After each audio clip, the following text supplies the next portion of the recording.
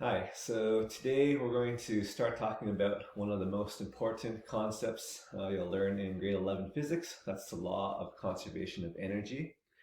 And that basically says that energy cannot be created or destroyed. Energy cannot be created or destroyed. There's a number, and we call that number energy, and that number always stays the same.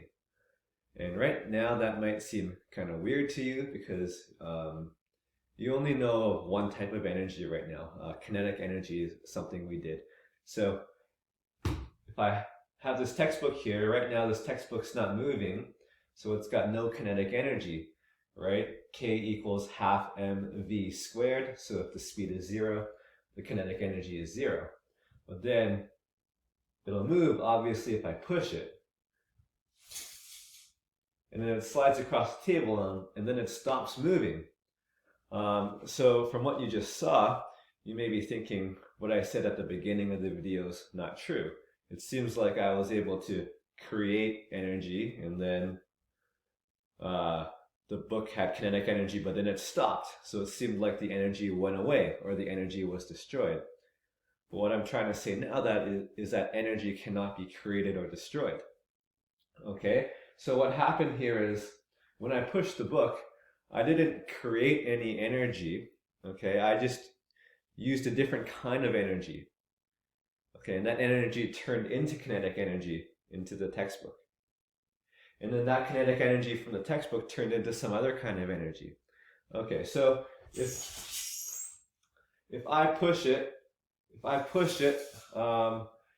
it was my energy, which came from the cells in my body, and they got their energy from the food that I ate, which probably eventually got their energy from sunlight, okay?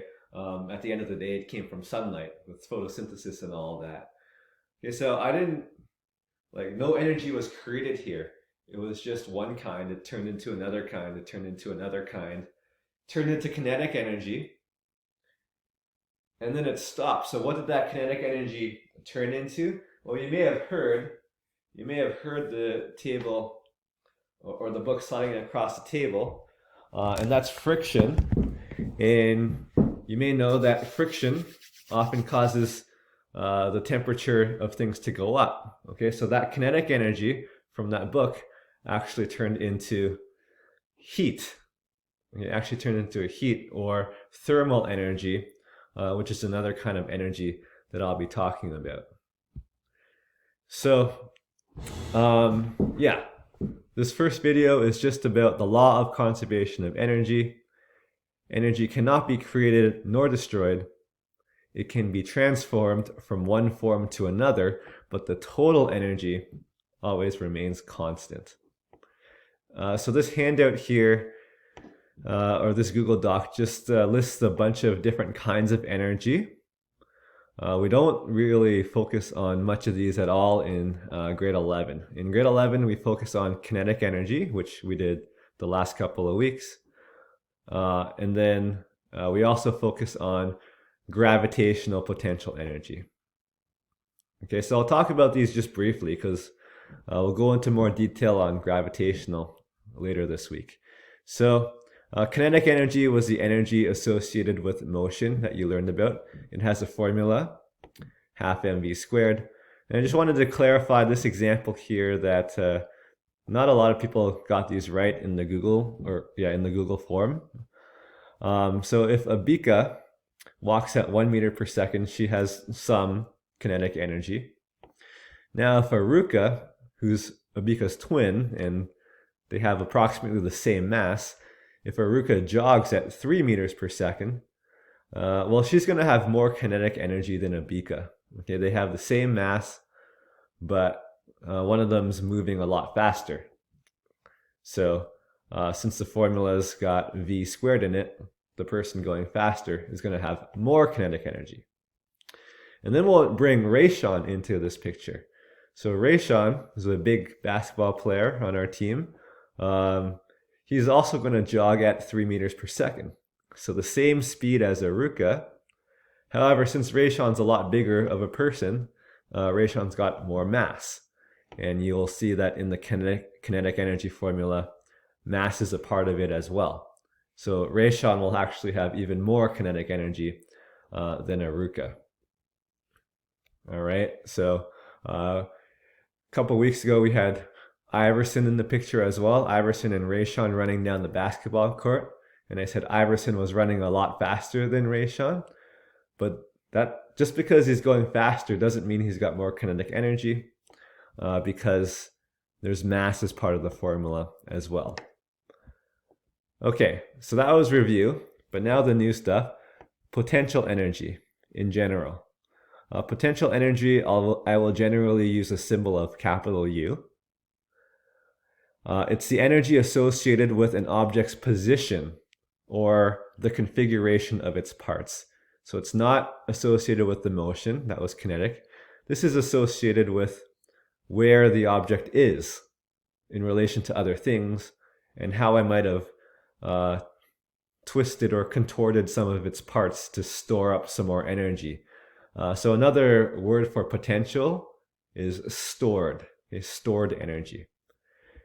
So first off, gravitational potential energy, which is what we will focus on this week. It's a capital U. I use a subscript of G for gravitational potential. It's the energy associated with the elevation of an object. So the textbook, just by virtue of lifting it higher, I've actually increased its gravitational potential energy. I've stored up more energy into the textbook by lifting it higher. And you can kind of imagine that by imagining how the textbook would feel like if it fell on your toe. All right, so if I held the textbook at a lower height and it fell on my toe, it might hurt a little bit. But then if I raise the textbook to a higher height and let it fall and it hits my toe, it's going to hurt a lot more. Okay, so there's more energy associated with the textbook being higher. Okay, so that's gravitational potential energy.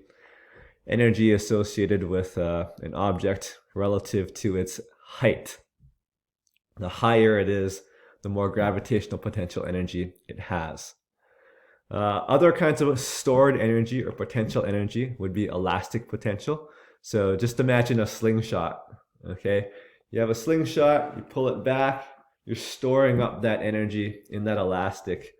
The more you pull it back, the more energy you store up. So when you let it go, that stored energy, that elastic energy, will turn into kinetic energy of whatever you're shooting out of the slingshot.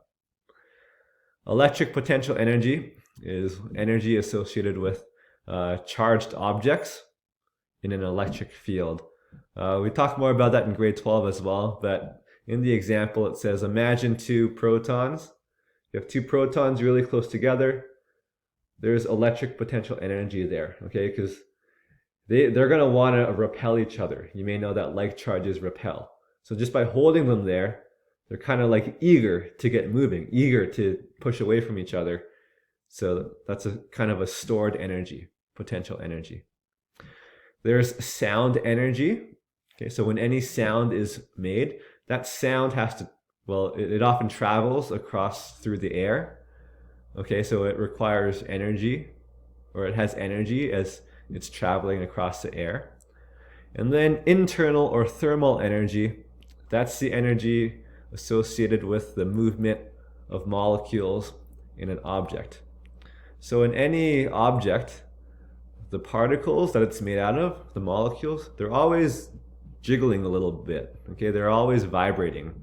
Okay, even in a solid object like a textbook, it's made up of trillions of atoms and molecules, and they're all vibrating. You can't see them with the naked eye, but they're all vibrating a little bit. So in a sense, there's kinetic energy at the molecular level, at the microscopic level. Okay, and one aspect of thermal energy is that the hotter it is, so the higher the temperature it is, the more those particles in the object are going to be jiggling. Okay, so I actually just finished my coffee, but when my coffee was hot, when it was really hot, those molecules in the liquid were moving around a lot more, so they had more thermal energy. So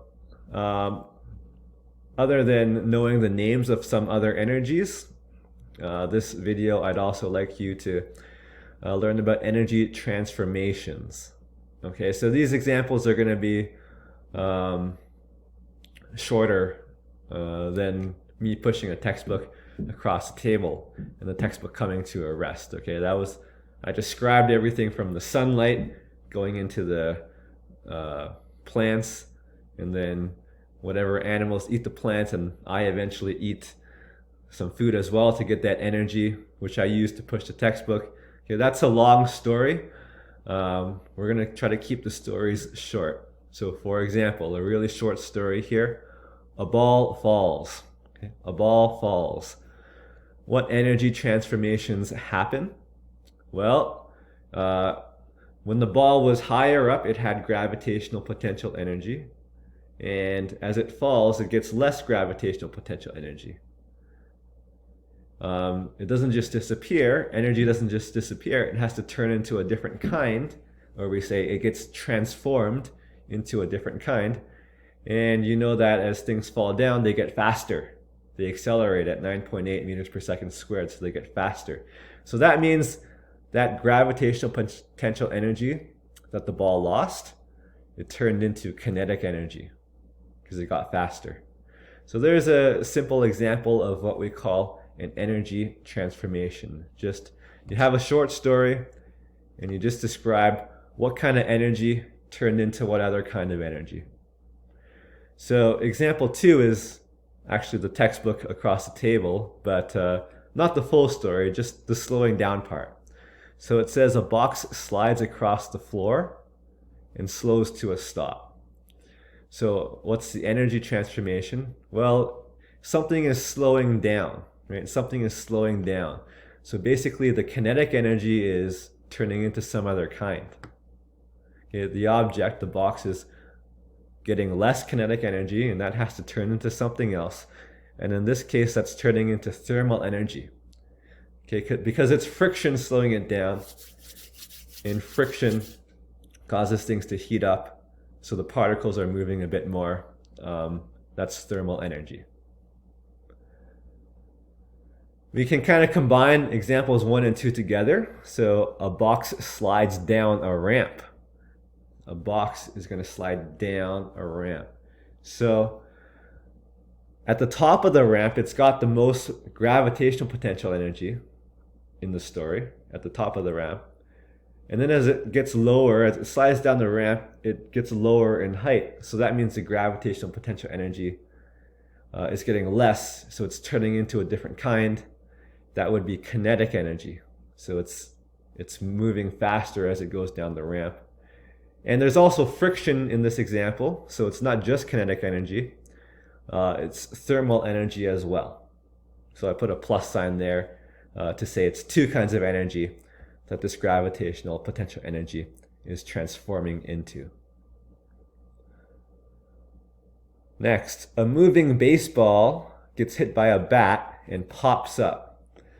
Okay, so we call that a pop fly in baseball. The person hits the ball and it shoots up, and then hopefully the defense will catch it to get the person out. But what's the energy transformations? Well, there's a lot of kinetic energy at the beginning because the ball is moving. Okay, the ball is moving, and the bat is moving. The bat's moving as well. So they're both moving. There's a lot of kinetic energy, and then boom, they hit each other. So what does all that energy turn into? Well, it turns into kinetic energy because the ball is going to move after it gets hit by the bat too. So there's kinetic energy after this collision as well. And it says the ball pops up. So the ball is getting higher, so there's gravitational energy created. When the ball hits the bat, a sound is made, so there's going to be some sound there. And after the collision, those particles in the bat and ball are going to jiggle a bit more, so that's going to be thermal energy as well. Last one, I don't have much time for. You can read it on your own. A pendulum swinging back and forth. It's just perpetually changing from kinetic to gravitational and back.